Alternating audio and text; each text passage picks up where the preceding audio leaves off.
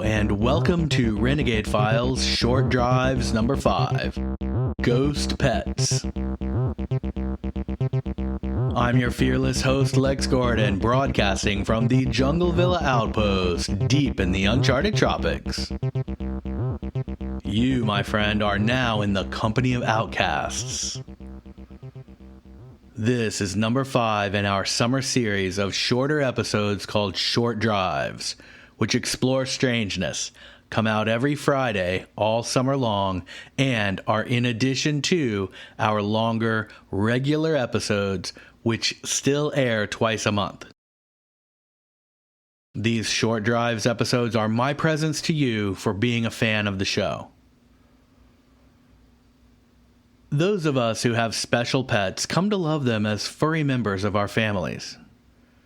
We get to know their personalities and cherish their friendships. There are dog people, cat people, and people who have all manner of creatures as their unconditional companions. So when our pets pass, it can be a stressful and discouraging time. People who love their pets mourn their losses with genuine emotions. But an old saying tells us that all dogs go to heaven. Many people take comfort in the belief that their loving cat, dog, or other pet has gone on to a better place. But is it possible that some passed away pets linger as spirits attached to haunted places?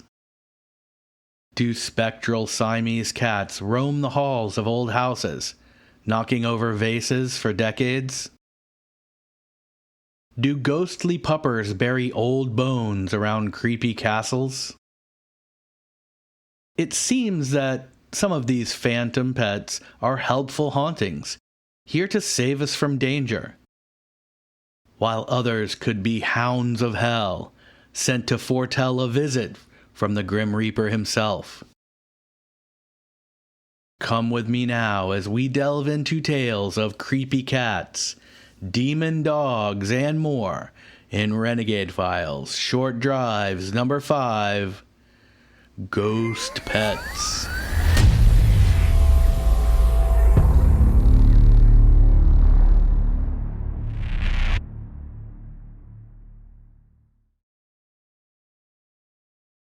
The first case comes to us from the historic Holly Hotel in Holly, Michigan.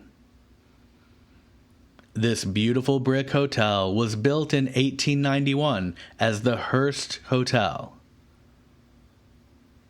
Over the years, the hotel has operated under a few different names, and most recently, and for I think about 46 years, it has mainly just been a restaurant. The website says the property is currently for sale, and something about a drawn-out lawsuit with the owner of the vacant lot next door. But throughout this long and tumultuous existence, it seems that one guest keeps returning. It's the little terrier named Leona, who was the family pet of the original hotel builders and owners, the Hearst family. Guests in the past have said they hear the little dog's paws on the wood floors as she runs up and down the hallways, even though Leona passed away well over 100 years ago. One guest named Charles was awakened by the sound of a small dog barking. It sounded as if the dog was outside his room door. He tried to ignore it, but the barking persisted until the man finally got up and opened the door. When he did, he was shocked to hear the barking stop, and no dog was there. He thought he must have been dreaming, so he closed the door and heard the dog bark once more. Again, he opened the room door, but no dog. He then heard the same scurrying paws on the wood floor that others have described, and yet no terrier could be seen. He went back to sleep and did not hear the dog again. When he told the story to the front desk attendant the next day, he was assured that no dogs were staying with guests in the hotel at that time, and he had surely seen the ghost of Leona, the Hearst's ghost dog. Other spirits seemed to frequent the Holly Hotel as well.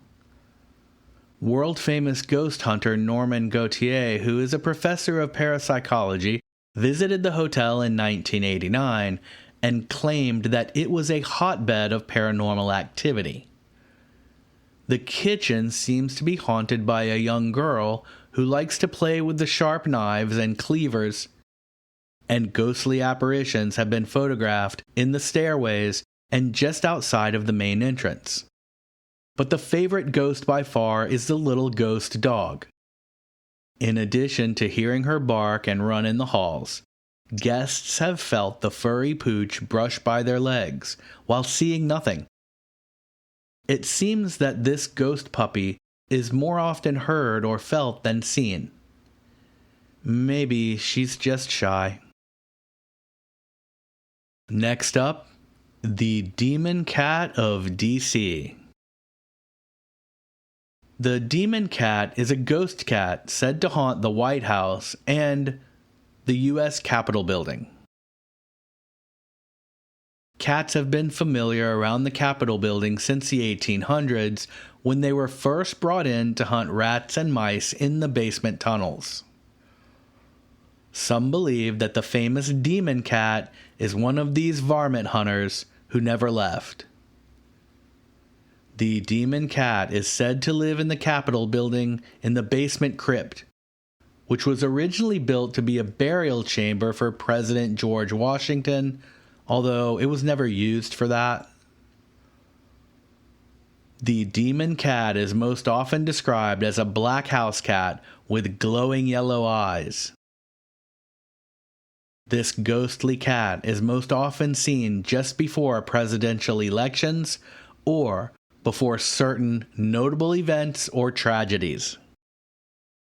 White House guards have reported catching a glimpse of the ghostly black cat on the night before the assassinations of both Abraham Lincoln and John F. Kennedy.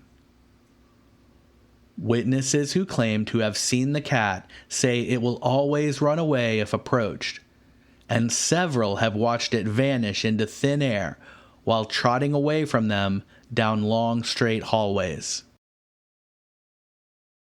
In the 1890s, the black ghost cat is said to have inexplicably vanished when Capitol Hill guards fired their weapons at it. Another guard is said to have died of a heart attack after seeing the cat vanish before his eyes. The Black Demon Cat was also seen many times in the final days of World War II in the 1940s. But according to Steve Livengood, chief tour guide for the U.S. Capitol Historical Society, in the old days, it was common for members of the Capitol Police Force to be the appointed friends and relatives of congressmen, and these men were known to be frequently drunk while on patrol. One of these guards, after claiming to see the ghost cat, was given a few days off to rest and recover. Livengood believes that when the other guards heard of this, they began to tell exaggerated stories of seeing the demon cat in the hopes of getting a few days off. But many people, not just drunken guards, have seen the black demon cat lurking around the Capitol building over the years. A shifty black cat who tends to vanish before your eyes has also been seen multiple times at the White House, although officially, no black cats live in either of these two historic buildings. Another story comes to us from the old TV show called The Brady Bunch. While filming out of the studio, the cast was staying at an old bed and breakfast inn. At the end of their day filming, some of them stayed up late telling stories in the common room before finally going to bed late at night. Christopher Knight, who is the actor who played Peter Brady on the show, says he woke up in his room in the middle of the night to see 2 hunting dogs sitting at the foot of his bed and staring at him.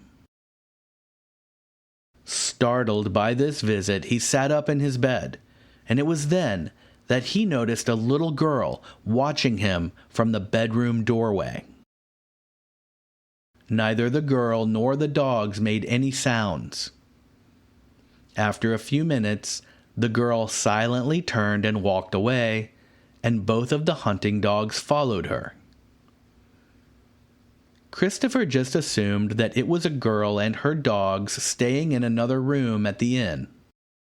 The next morning, he asked the owner about the little girl and her 2 dogs. The owner explained that no such guests were in the inn at that time, and no one was staying there with any pets. Confused, Christopher described the dogs in detail. Upon hearing this, the owner of the inn took Christopher into the library, where he showed him an antique wooden screen installed to block the unused fireplace in that room. On this screen was a painting of 2 hunting dogs in a field. These dogs were identical to the ones Christopher had seen in the night. All the owner knew was that the fireplace screen was one of the many antiques that had come with the old bed and breakfast when he purchased it. He did not know if the dogs had once lived in the house, but the experience is something that shook the actor up at the time and remained a mystery to him throughout his life. Then we have the story of the Black Dog of Castle Craig. Castle Craig isn't exactly a castle in the traditional sense, but rather a round, turreted stone tower built on a high rock outcropping and donated to the town of Meridian, Connecticut, along with the surrounding 1,800 acres, by local industrialist Walter Hubbard in 1900. Today, this trap rock observation tower is the centerpiece of what is now called Hubbard Park. For decades, travelers and hikers who have visited the tower have claimed to see a small, ghostly black dog.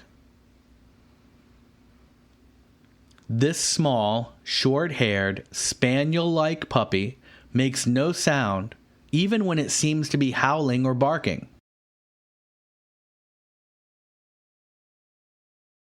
But seeing this dog more than once may come at a heavy price. According to local legend, the Black Dog of Castle Craig has inspired his own folklore warning. If a man shall meet the black dog once, it shall be for joy. And if twice, it shall be for sorrow. And the 3rd time, he shall die. Many people have blamed the dog for the demise of those who have seen it 3 times. And such stories go all the way back to the tower's earliest days.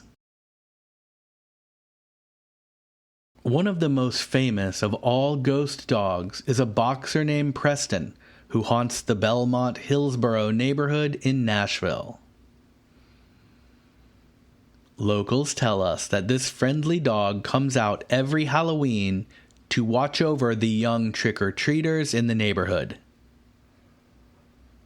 On one occasion, a group of parents were walking on the sidewalk behind their 3 young goblins and ghosts. The children had noticed an elaborately decorated Halloween haunted house across the street and together decided to go check it out. Without looking both ways, the 3 darted across the road in front of a moving car.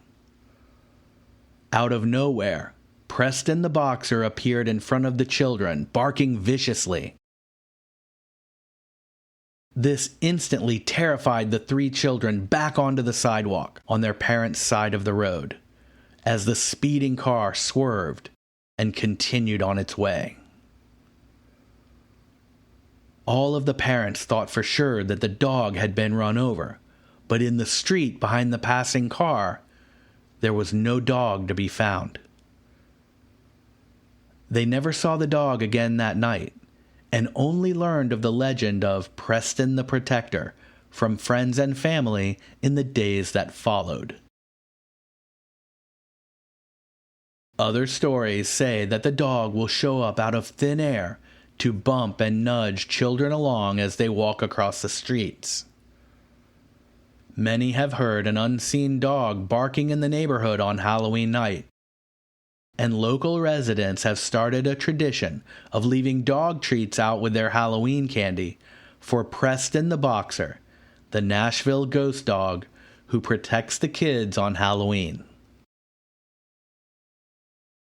This next tale comes from Redditor Vox Dracone, who tells us that when he was in college, he and his roommates were out late one night when they walked past an obviously dead cat in an alleyway. It was an orange and white calico cat that had seemingly been hit by a car. The cat's head was badly damaged. They were saddened for the cat, but moved on. They came to a lakeside park and crossed through it to reach the downtown area on the other side. While walking along the park sidewalk, they agreed that this would be a good place to put the cat to rest. As they walked, and periodically throughout the night, they talked of ways to collect and move the cat to the park. Maybe they could scoop it up using some cardboard boxes from the alley and bury it under some branches and leaves at the lakeside in the park. After their night out, they returned to their dorm along the same route and were surprised to find that the dead cat was no longer in the alley. They assumed someone else had removed it. They both wished the cat well in spirit and went home. Over the rest of the semester, the ghost of the calico cat seemed to show up over and over again. They saw it running down a side street one night on the other side of town. One of the guys saw the calico cat watching him from atop a concrete planter wall while he was walking to class, and then from another spot as he was walking back home that day. Then, one afternoon, the two boys got a visit from their dormitory resident advisor. The RA had come to tell them they had to get rid of the cat, as pets were against dorm regulations. When the boys said they had no cat, the RA explained that someone had reported seeing a calico cat looking down from their dorm window. The RA asked to inspect the room. She found no cat and left the boys with one message: "Clean this place up." There is an old house located near the Coquina Stone Quarry on Anastasia Island in St. Augustine, Florida. The house was purchased by its current owner sometime in the 1990s. Upon moving in, the owner of the home, a local businessman, noticed his own cat behaving in strange ways. His solid gray short-hair cat would chase something unseen around the house, hiss at corners when nothing was there, and never sleep in the same place twice. At first, the man thought his cat's strange behavior was simply due to its being in unfamiliar surroundings. But then, one afternoon, when he was sitting at his home office desk, he watched a tabby cat casually walk up to his side and turn as if it wanted to be petted. "Who are you?" the man said, and he reached down to pet the cat, but found that suddenly it was gone. And no such cat could be found in his office or in any other room of the house. He thought it must have been a neighbor cat that had gotten in somehow and was hiding somewhere, but he never found it that day. After this, and for years at this point, people in the house catch glimpses of this mysterious, ghostly tabby cat who will vanish before your eyes or run into a room and disappear. No one knows where this tabby ghost cat comes from, but he seems to be friendly and has never done any harm. The man says that eventually his own cat grew accustomed to this phantom feline, and now he just ignores it, just as he does most everyone.